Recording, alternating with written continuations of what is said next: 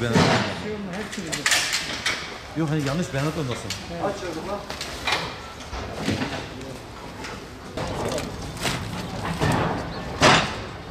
Oradan kaç tane alacağız?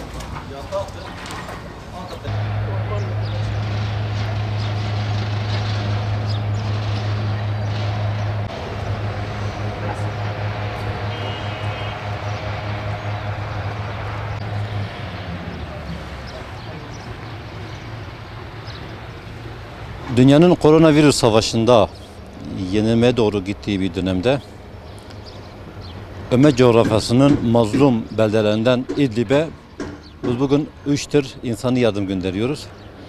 Bunun bir tırı Umut Kervanı olarak, un olarak gönderiyoruz. Ve İdlib'deki kardeşlerimize her gün 1160 aileye sıcak ekmek dağıtma şeklinde yardımda bulunuyoruz. İnşallah umudumuz odur ki biz bunu Kurban Bayramı'na kadar devam ettirelim. Hayırsever kardeşlerimizden ricamız, musibetlerin, belaların çoğaldığı bu günlerde sadaka vermek suretiyle mazlum coğrafyadaki kardeşlerimize yardım etmek suretiyle bu beladan kurtulmalarını biz sağlık veriyoruz.